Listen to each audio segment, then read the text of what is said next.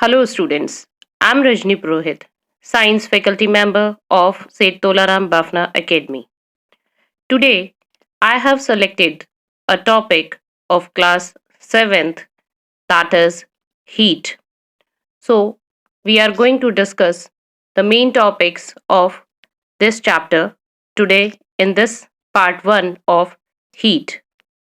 These topics are as follows. Number 1, that is heat. We will discuss what heat is about. Second is temperature, how we can measure the temperature. Then third, that is different types of thermometer. In that we will discuss about clinical thermometer, digital thermometer and laboratory thermometer. Then we will discuss how we can measure temperature by help of these thermometers, and then finally some precautions which we have to kept in mind when we are taking reading with the help of these thermometers.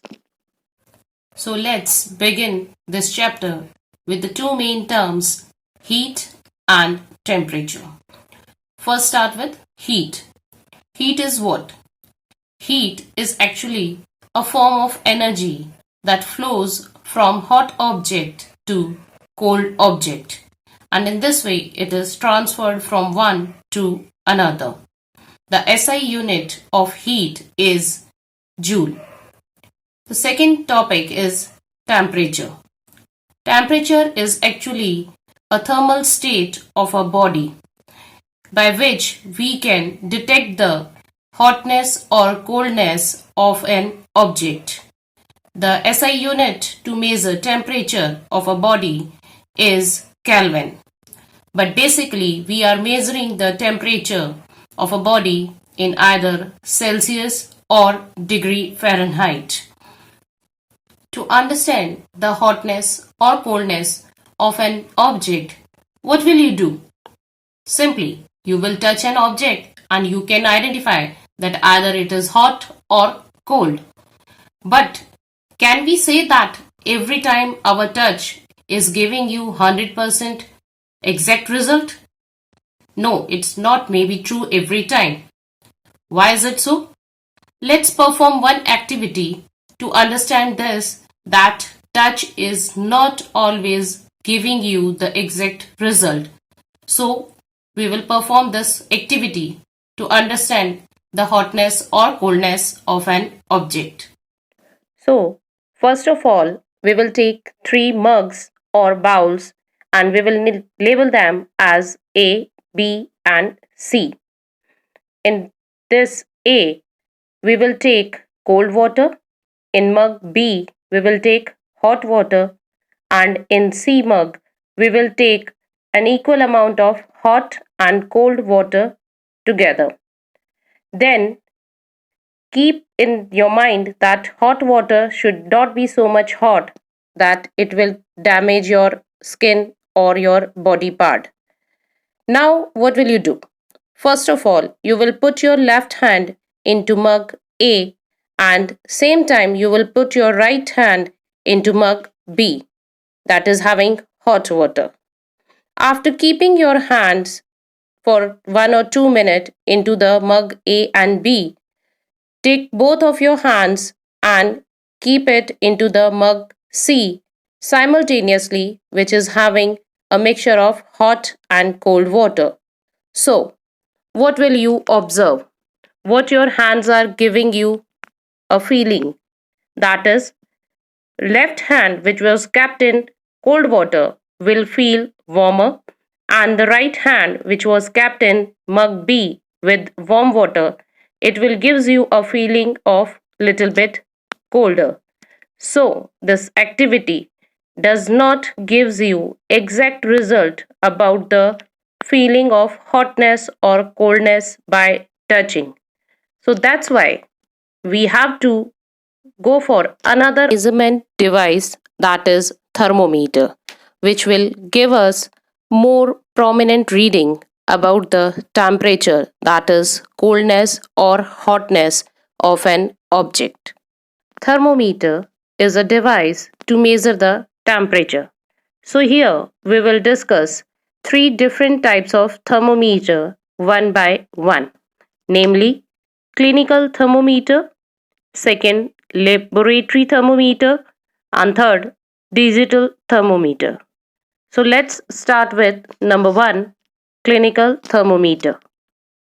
So students, have you ever seen a thermometer?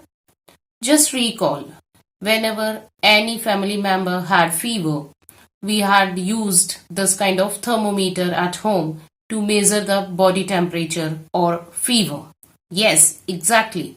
This is the clinical thermometer, or we can commonly call it as doctor's thermometer. Now let's discuss about its structure. Clinical thermometer is actually a long, narrow, uniform glass tube with a scale marked on it. This thermometer is having at its end a bulb-like structure in which mercury is filled in its liquid state, and then related to it a capillary tube is running inside the glass tube. This capillary tube is very thin because the mercury which is inside the bulb, it gets body heat and it rises, and then this capillary tube shows you the exact reading of the temperature. So this is about the structure of the thermometer. Yes, it is having a bend or a kink at its lower portion. So a question can come that what is the function of this kink in this thermometer? This kink is actually to prevent the backflow of mercury level. So when you take out the thermometer from your mouth, the mercury level will not go down and it will give you a proper reading. So now let's discuss how we can take the measurement of the body, that is about temperature.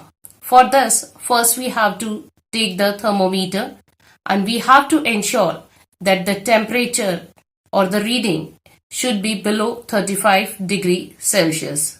And if it is not, then we have to give some jerks to the thermometer so that the mercury level goes down. And we should always wash it first before use with an antiseptic solution. And then we keep the thermometer under the tongue for a minute, and afterwards we will take it out, hold it horizontally with the mercury level in the right position with the capillary tube in a straight manner. In this way it will give you the proper reading of the body temperature. After this, when we have taken the reading, we have to take some precautions also to handle this thermometer. What are these precautions? They are simply, first of all, we should always wash this thermometer before and after every use with an antiseptic solution. Secondly, we should hold it properly as it is having a toxic material, mercury into it. So avoid hitting it with any hard object. Thirdly, it should be always keep away from the sun or flame. So students, you know that when we have to measure body temperature, we use clinical thermometer. But can it be possible that this clinical thermometer can be used to measure the temperature of any other substance, say for water? No, it's not possible. We have to take another thermometer to measure the temperature of other substances like water, soil or any other thing. And this type of thermometer is called as laboratory thermometer. Laboratory thermometer. This is a type of thermometer which is used to take the temperature of other substances. So let's discuss about its structure. Its structure is similar to that of clinical thermometer, but its body is little bit larger in length, that is, it is a little bit longer than the clinical thermometer, and rest it is having same structure, that is narrow uniform glass body, and it is having a scale marked on it. It is also having a bulb at its one end filled with mercury.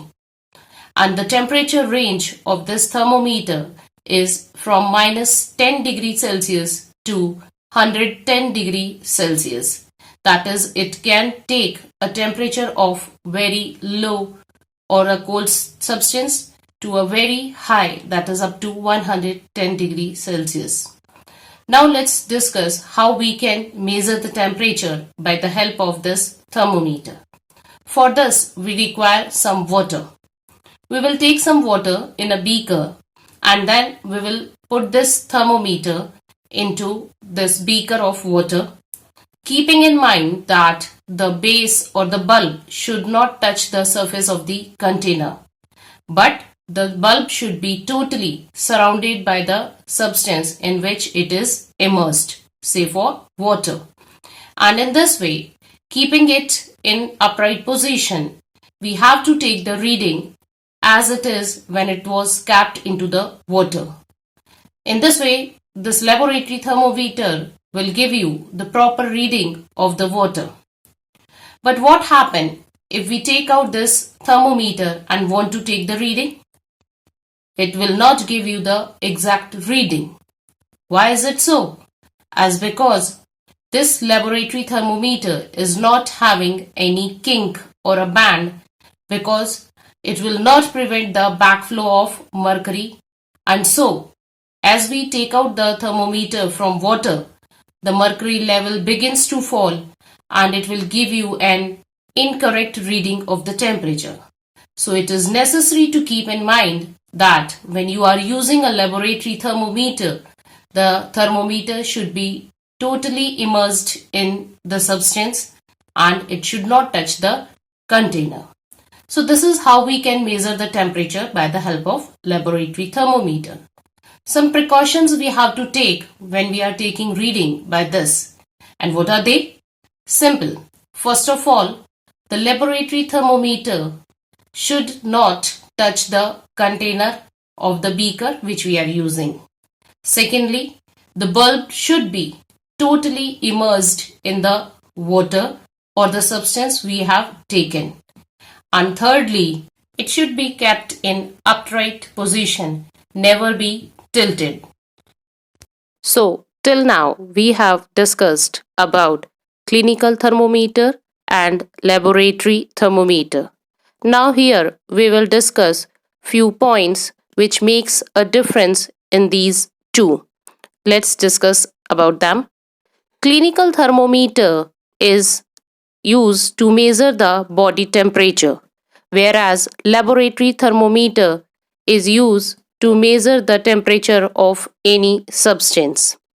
Secondly, clinical thermometer is having a kink, whereas kink is absent in laboratory thermometer. The temperature range of clinical thermometer is 35 degrees Celsius to 42 degrees Celsius, whereas that of laboratory thermometer is from minus 10 degrees Celsius to 110 degrees Celsius. Next is digital thermometer. Nowadays, digital thermometer is in more use as compared to clinical thermometers, as it is not having mercury, so it is more safe than the clinical thermometers.